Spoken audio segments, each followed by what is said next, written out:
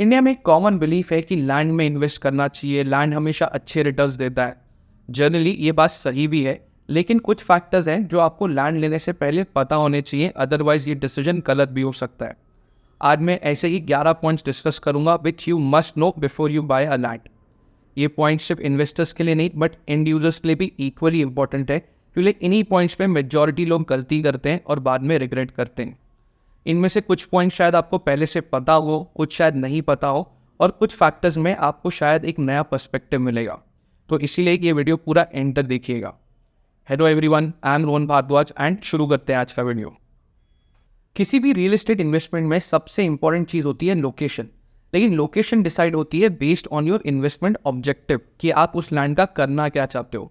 अब first time property investors अपना objective clearly define नहीं करते और प्रोडक्ट्स के पीछे ज़्यादा भागते हैं। वो ये डिसाइड कर लेते हैं कि लैंड में इन्वेस्ट करना है, लेकिन फिर वो ब्रोकर्स की और डेवलपर्स की स्टोरीज के बेसिस पे अपना इन्वेस्टमेंट फाइनल करते हैं। ज़रूरी नहीं है कि आप अपना प्रॉपर्टी सर्च शुरू करने से पहले अपना ऑब्जेक्टिव क्लियरली डिफाइन करें। पहले आप कुछ प्रॉपर्टीज़ देख सकते हो, मार्केट रिसर्च और लोकेशन स्टडी करने के बाद में अपना ऑब्जेक्टिव डिफाइन कर सकते हो, लेकिन कोई भी प्रॉपर्टी फाइनल करने से पहले आपको क्लियरली पता होना चाहिए कि आप इस लैंड में इन्वेस्ट क्यों कर रहे हो और आपका डिजायर्ड आउटकम क्या है। अब किसी भी प्लॉट इन्वेस्टमेंट के 4 ऑब्जेक्टिव हो सकते हैं। सबसे पहला ऑब्जेक्टिव हो सकता है शॉर्ट टर्म गेन्स, मतलब 1 से 3 सालों में आप उस प्रॉपर्टी को बेच के प्रॉफिट कमाना चाहते हो।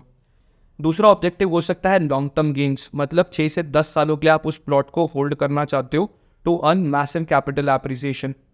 तीसरा हो सकता है डेवलपमेंट एंड सेल, मतलब उस प्लॉट पे आप एक बिल्डिंग बना के इंडिविजुअल फ्लैट्स बेचना चाहते हो।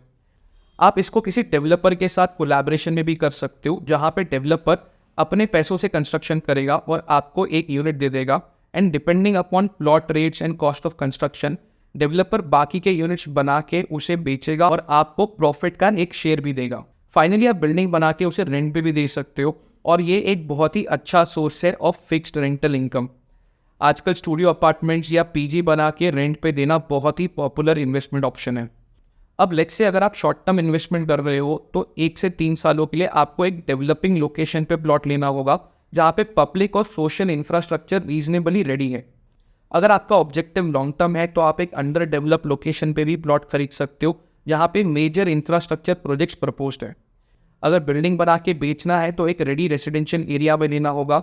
ये किसी डेवलपिंग लोकेशन पे भी हो सकता है, लेकिन वो रेसिडेंशियल एरिया रीजनेबली रहने लायक होना चाहिए। अगर स्टूडियो अपार्टमेंट्स या पीजी बना के रेंट पे देना है तो किसी एजुकेशनल हब या फिर किसी कमर्शियल हब जहाँ पे काफ़ी सारे ऑफिसेज हैं, ऐसी लोकेशन पे आपको प्लॉट लेना होगा। सो आपका इन्वेस्टमेंट ऑब्जेक्टिव डिसाइड करेगा कि आपको कितने टाइम के लिए इन्वेस्ट करना होगा, कितना पैसा इन्वेस्ट करना होगा और कौन सी लोकेशन पे आपका ये ऑब्जेक्टिव पूरा हो पाएगा। इन्वेस्टमेंट ऑब्जेक्टिव से रिलेटेड एक और क्वेश्चन है कि आपको किस टाइप का लैंड चाहिए। इंडिया में all land is classified as agricultural land until unless government ने उस लैंड का कन्वर्जन अलाउ किया है किसी और काम के लिए, जिसे एनए बोलते हैं, मतलब नॉन एग्रीकल्चरल लैंड। अब ये एनए ऑर्डर बहुत ही स्पेसिफिक होता है, मतलब NA residential, NA commercial, NA retail या एनए इंडस्ट्रियल। अब बहुत बार बिल्डर बोलेंगे कि हमने एनए अप्लाई कर दिया है, अभी आप ये लैंड खरीद लो, जब एनए आ जाएगा तो इसके रेट्स बहुत बढ़ जाएंगे। अभी आप ये एग्रीकल्चरल लैंड ले लो, बहुत सस्ते में है, हम इसको बाद में कन्वर्ट करवा लेंगे और आपको बहुत बढ़िया प्रॉफिट हो जाएगा। प्लीज़ ऐसी बातों में मत फंसिए। एनए करवाना हर किसी के बस की बात नहीं है, ऐसे ही लैंड फ्रॉड्स होते हैं, तो इसीलिए ज़्यादा एप्रिसिएशन के लालच में बहुत बड़ा नुकसान करवाने से बेटर है ये चेक कर लेना कि एनए है या नहीं है। तीसरा फैक्टर है लोकेशन को एनालाइज करना।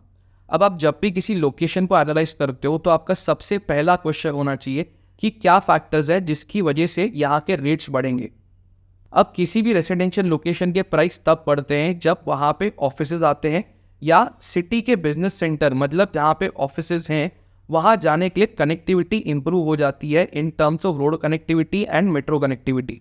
अब एक डेवलपिंग लोकेशन पे प्राइसेस सिर्फ तभी बढ़ते हैं जब वहाँ के रेट्स में और एक डेवलप लोकेशन के रेट्स में काफ़ी बड़ा गैप हो, या फिर जो डेवलपिंग लोकेशन है वहाँ पे ऐसे इंफ्रास्ट्रक्चर प्रोजेक्ट्स प्रपोज्ड है जिसकी वजह से ये लोकेशन किसी डेवलप लोकेशन से बेटर बन जाएगी।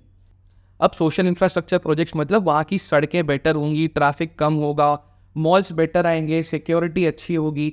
जो रेजिडेंशियल प्रोजेक्ट्स भी बनने वाले हैं उनमें एमिनिटीज़ डेवलप लोकेशन से कंपैरिजन में बेटर होंगी। अगर ये दो फैक्टर्स नहीं है तो तेज़ी से प्राइस राइज नहीं होगा, फिर प्राइस राइज सिर्फ ज़मीन की कमी और डिमांड फॉर हाउसिंग की वजह से होगा, जो बहुत ही ग्रेजुअल होगा। लोकेशन एनालिसिस में सेकेंड क्वेश्चन आता है कि ये प्रपोज्ड इंफ्रास्ट्रक्चर कब तक कंप्लीट होगा, मतलब रोड कनेक्टिविटी, मेट्रो कनेक्टिविटी कब तक बनेगी। अब इंडिया में यूजुअली ये ऑब्जर्व किया गया है कि कोई भी इंफ्रा प्रोजेक्ट टाइम से कंप्लीट नहीं होता। जो भी प्रपोज डेडलाइन है उसमें 50% से 100% तक का टाइम डिले हो सकता है। मतलब अगर बोला है कि 4 साल में सड़कें बन जाएंगी तो वो 6 से 8 साल लग जाते हैं उसे पूरी तरीके से कंप्लीट होते होते। इसका मेजर रीज़न ये है कि लैंड एक्विजिशन में बहुत ज़्यादा टाइम लग जाता है और लिटिगेशन की वजह से बहुत ज़्यादा डिले हो जाता है। अब इसमें एक्सेप्शंस हो सकते हैं, बट ये एक जेनरिक ऑब्जर्वेशन है। तो इसीलिए अपना डिसीजन फाइनल करते हुए आपको ये दोनों फैक्टर्स का ध्यान रखना है कि ग्रोथ के फैक्टर्स क्या होंगे और ये फैक्टर्स कब तक कंप्लीट होंगे। इसके अलावा एक और ग्रोथ स्टोरी है जो बहुत ही कॉमनली सुनने मिलती है, वो ये है कि यहाँ पे एयरपोर्ट आने वाला है और उस वजह से लैंड रेट्स बहुत ही बढ़ेंगे। ये प्रोजेक्ट एयरपोर्ट से सिर्फ 10 मिनट दूर है, जैसे हम सब लोग हर दिन प्लेन पकड़ के ही अपने ऑफिस जाते हैं। अब एयरपोर्ट के पास में डेफिनेटली प्राइजेस बढ़ते हैं, बट उसका रीज़न ये है कि एयरपोर्ट के पास पहले कमर्शियल हब्स आते हैं और कमर्शियल हब्स के पास में रेसिडेंशियल कॉलोनीज, ताकि लोग अपने ऑफिस में कन्वीनियंटली पहुंच सकें। तो इम्पॉर्टेंट ये नहीं है कि एयरपोर्ट कितना दूर है, इम्पॉर्टेंट ये है कि कमर्शियल हब से रेसिडेंशियल लोकेशन की प्रॉक्सिमिटी कितनी है और रेसिडेंशियल लोकेशन का सोशल इंफ्रास्ट्रक्चर कैसा है। तो ये एयरपोर्ट ग्रोथ स्टोरी को थोड़ा प्रैक्टिकली और लॉजिकली इवैल्यूएट करना ज़्यादा ज़रूरी है। नेक्स्ट क्वेश्चन आता है कि आप किससे लैंड खरीद रहे हो। आप किसी लोकल अथॉरिटी से खरीद सकते हो, एक रेप्यूटेड बिल्डर के रेरा रजिस्टर्ड प्रोजेक्ट में ले सकते हो, या फिर एक नॉन रेरा रजिस्टर्ड प्रोजेक्ट में भी लैंड ले सकते हो। एक प्लॉटेड डेवलपमेंट में इंटरनल रोड्स बनाना, इलेक्ट्रिसिटी, वाटर, सीवेज, ये सारे कनेक्शन प्रोवाइड करना डेवलपर की रिस्पॉन्सिबिलिटी होती है। अब बहुत बार देखा गया है कि डेवलपर ये सारी चीज़ें ढंग से क्रिएट नहीं करते और जब बायर्स कंस्ट्रक्शन करवाने जाते हैं तब उनको प्रॉब्लम फेस करनी पड़ती है। एक फ्लैट के केस में तो ये सारी चीज़ें विजिबली आप इंस्पेक्ट कर सकते हो, बट एक प्लॉटेड डेवलपमेंट के केस में ये सारी चीज़ें इंस्पेक्ट करना थोड़ा सा मुश्किल हो जाता है और इसीलिए बायर्स फंस जाते हैं। अब दिल्ली एनसीआर में ऐसे काफ़ी सारी प्राइवेट कॉलोनीज हैं जहाँ पे डेवलपर्स ने सफिशिएंट इलेक्ट्रिसिटी ट्रांसफार्मर फिट ही नहीं किए और अब लोगों को इलेक्ट्रिसिटी की प्रॉब्लम फेस करनी पड़ रही है। तो इसीलिए किसी लोकल अथॉरिटी से लेना या एक बड़े रेप्यूटेड बिल्डर के रेरा रजिस्टर्ड प्रोजेक्ट में प्लॉट खरीदना थोड़ा सा ज़्यादा सेफ ऑप्शन हो जाता है। लोकेशन सिलेक्शन में एक और इम्पॉर्टेंट क्वेश्चन आता है कि उस पर्टिकुलर लोकेशन पे उस प्लॉट का FAR या FSI कितना है, मतलब कितना परसेंटेज ग्राउंड कवर किया जा सकता है और उस पर कितना कंस्ट्रक्शन करने की परमिशन है। जितना ज़्यादा कंस्ट्रक्शन करने की परमिशन होगी उतना ही प्राइस एप्रिसिएशन का स्कोप ज़्यादा होगा, क्योंकि इवेंचुअली हर किसी को प्लॉट पे कंस्ट्रक्शन ही करना है। यहाँ पे एक चीज़ पे ध्यान देना होगा कि फ्री FAR कितना है और परचेसेबल कितना है, आपके लिए दोनों का टोटल ज़्यादा इंपॉर्टेंट है। नेक्स्ट है सिलेक्शन ऑफ प्लॉट्स। प्लॉट्स के रेट 3 मेजर फैक्टर्स पे डिपेंडेंट होते हैं। पहला उसका व्यू और लोकेशन इन दी प्रोजेक्ट, मतलब पार्क फेसिंग या फिर ओपन एरिया फेसिंग प्लॉट्स के रेट ज़्यादा होते हैं।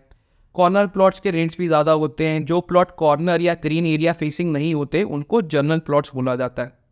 सेकंड, प्लॉट के सामने जो रोड है उसकी विड्थ क्या है, 9 मीटर, 12 मीटर, 15, 18 या 20 मीटर। जितनी ज़्यादा विड्थ होगी उतना ही ज़्यादा प्लॉट का रेट होगा। अगर विड्थ कम है तो पार्किंग में प्रॉब्लम आएगी और ट्रैफिक जाम भी होगा और इसका इम्पैक्ट रेट्स पे आएगा। थर्ड है सिक्योरिटी लेवल। बहुत सारे प्लॉटेड प्रोजेक्ट्स गेटेड नहीं होते। Gated project with security guard में एप्रिसिएशन ज़्यादा मिलता है। इसके अलावा और भी कुछ फैक्टर्स हैं जैसे proximity to main entrance, market, school या हॉस्पिटल। अगर इसमें से कोई चीज़ नज़दीक है तो प्राइस ज़्यादा होगा, लेकिन अगर एकदम ही साथ में है तो बहुत ज़्यादा ट्रैफिक कंजेशन हो सकता है, शोर हो सकता है और इसका प्रॉपर्टी प्राइस पे नेगेटिव इम्पैक्ट हो सकता है। सेकेंडली, प्लॉट क्लब हाउस या ग्रीन एरिया से कितना दूर है। अगर प्रोजेक्ट नॉन गेटेड है तो सामने वाली सड़क पे कितना ट्रैफिक होता है यूजुअली। ये वो सारे फैक्टर्स हैं जो एक प्लॉट के प्राइस को अफेक्ट करते हैं। अगर आपको ये फैक्टर्स पता है तो आप अपना प्राइस रिसर्च बेटर कर पाओगे। आप एक डेवलपर, ब्रोकर या सेलर से बेटर डिस्कशन कर पाओगे, बेटर निगोशिएशन कर पाओगे। नेक्स्ट है कि प्लॉट खरीदने में थोड़ा सा ज़्यादा पेपर वर्क इन्वॉल्व होता है in comparison to buying a flat, but documentation अपने आप में ही एक डिटेल टॉपिक है और इसीलिए मैं इसको अलग से एक वीडियो में डिटेल में कवर करूँगा। बट फॉर नाउ आपको एक डॉक्यूमेंट पे स्पेसिफिकली ध्यान देना है, वो है लैंड रिकॉर्ड्स। लैंड रिकॉर्ड्स को हम 7/12 या खाता यूनी या जमाबंदी भी बोलते हैं और मेजॉरिटी लोगों को इसके बारे में नहीं पता होता, specially first time land investors को। बट ये डॉक्यूमेंट बहुत ही इंपॉर्टेंट है क्योंकि ये लैंड की हिस्टोरिकल ओनरशिप के बारे में आपको बताता है और इसीलिए इसको चेक करना बहुत ही क्रिटिकल है। इन सभी पॉइंट्स के अलावा कुछ और चीज़ें हैं जो आपको खुद ग्राउंड लेवल पे चेक करनी चाहिए, स्पेशली तब जब आप इस पर खुद कंस्ट्रक्शन करवाना चाहते हो। जैसे आपको खुद लैंड का मेजरमेंट करवाना चाहिए टू क्रॉस चेक की जो डायमेंशन प्लॉट मेजरमेंट डॉक्यूमेंट में दिए हैं वो करेक्ट है या नहीं। बहुत बार आधा 1 फीट गायब हो जाता है। दूसरी चीज़ है कि प्लॉट और रोड की हाइट में क्या डिफरेंस है। अगर प्लॉट रोड से नीचे है तो आपको लैंड फिल करवाना होगा और फाउंडेशन की हाइट भी बढ़ानी पड़ेगी, स्पेशली डेवलपिंग लोकेशन पे, क्योंकि over the time road construction की वजह से रोड की हाइट और ज़्यादा बढ़ जाती है। सेकेंडली, अगर प्लॉट रोड लेवल से नीचे है तो डेवलपर ने उसे फिल किया होगा, तो कंस्ट्रक्शन करने के लिए आपको पाइप फाउंडेशन यूज़ करना पड़ेगा, क्योंकि आर्टिफिशियली फिल्ड सॉइल लूज हो सकती है और शायद फाउंडेशन को ढंग से होल्ड नहीं कर पाए। इसीलिए ये भी इंपॉर्टेंट हो जाता है कि आप सॉइल टाइप को भी चेक करवा लो कि किस टाइप की सॉइल है और उसकी लोड बेयरिंग कैपेसिटी कितनी है, and based on soil type आपको किस टाइप का कंस्ट्रक्शन करवाना पड़ेगा। सेम टाइम पे आपको underground water level and water hardness भी चेक करवानी चाहिए। अगर लोकेशन पे हार्ड वाटर है तो लॉन्ग टर्म में उससे कंस्ट्रक्शन क्वालिटी पे इम्पैक्ट आ सकता है। आप ये सारी चीज़ें डेवलपर से डायरेक्टली पूछ भी सकते हो और एक अच्छा डेवलपर आपको इसका एक फेयर आइडिया भी दे देगा। आप ये सारी चीज़ें खुद टेस्ट भी करवा सकते हो और इसमें सिर्फ 10 से 20 हज़ार रुपये का खर्चा आता है। जब आप एक करोड़ों का डिसीजन ले रहे हो तो 10-20 हज़ार रुपये का खर्चा ज़्यादा मैटर नहीं करता। So these were the points जिनका आपको ध्यान रखना चाहिए before you by any plot. लेकिन अगर आप कंफ्यूज्ड हो कि प्लॉट में पैसे इन्वेस्ट करने चाहिए या फिर फ्लैट लेना चाहिए, तो इस पर मैंने ऑलरेडी एक डिटेल्ड वीडियो बनाया है, उसका लिंक ऊपर आई बटन और नीचे डिस्क्रिप्शन में है, आप उसको रेफर कर सकते हो। होप आपको आज का वीडियो पसंद आया होगा। अगर अच्छा लगा है तो प्लीज़ इसे लाइक कीजिए, अपने फ्रेंड्स, फैमिली, कलीग्स के साथ में शेयर कीजिए ताकि वो भी एक बेटर इन्फॉर्म डिसीजन ले सकें।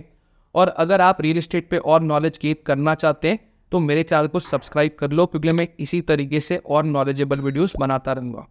That's all for today, signing off. I am Rohan Bhardwaj. Take care, have fun.